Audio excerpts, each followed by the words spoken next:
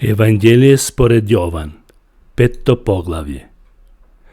Потоа беше јудејски празник и Исус отиде во Ерусалим. А во Ерусалим близу до овчата врата имаше бања на еврејски наречена Витезда, која имаше 5 тремови.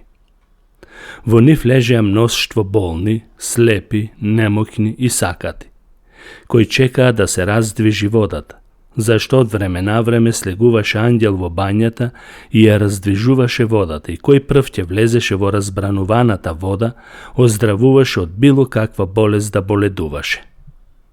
А таму имаше еден човек кој боледуваше од својата болест 38 години. Кога Исус го виде како лежи и штом дозна дека долго време боледува, му рече: "Сакаш ли да оздравиш?"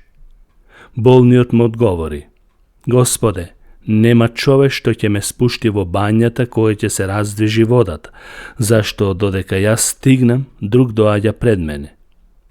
Исус му рече: "Стани, земи си ја постелата и оди." И човекот веднаш оздраве, ја зеде својата постела и почна да оди, а тој ден беше сабота.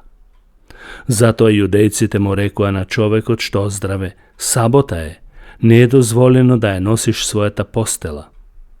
Но тој им одговори: "Оној кој ме излечи ми рече: Дигни ја својата постела и оди." Го прашаа: "Кој е тој човек кој ти рече: Дигни ја постелата и оди?" А излекуваниот не знаеше кој е, зашто Исус се отстрани од мноштвото кое се наоѓаше таму.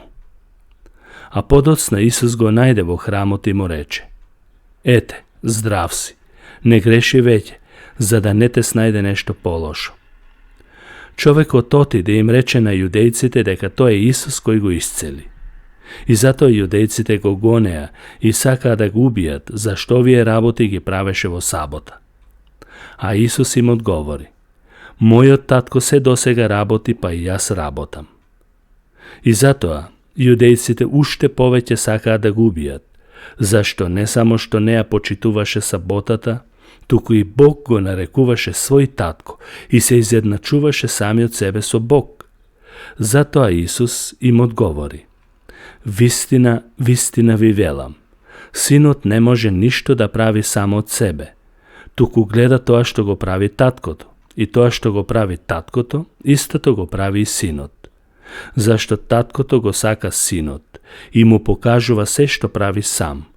Ќе му покажи поголеми дела за да се чудите вие. Зашто, како што таткото ги воскреснува мртвите и ги оживува, така и синот ги оживува оние кои што сака.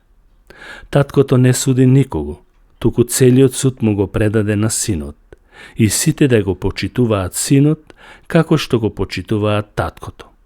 Кој не го почитува синот, тој не го почитува ни таткото, кој го испрати. Вистина, вистина ви велам, кој го слуша моето учење и верува во оној кој ме прати, има живот вечен и нема да дојде на суд, туку преминал од смрт во живот. Вистина, вистина ви велам, доаѓа час и сега е веќе, кога мртвите ќе го слушнат гласот на Божиот син и оние кои ќе го слушнат ќе оживеат. Зашто?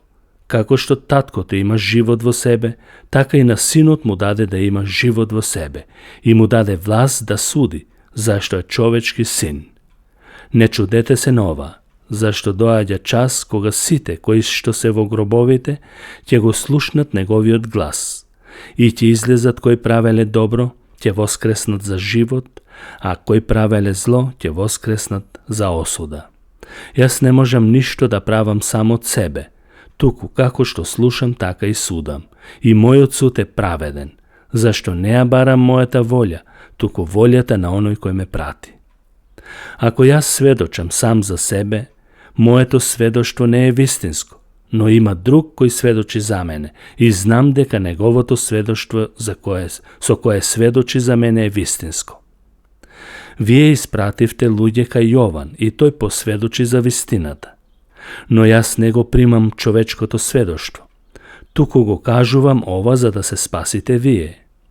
Тој беше светилник што гореше и светеше, а вие сакавте само за час да се восхитувате на неговата светлина.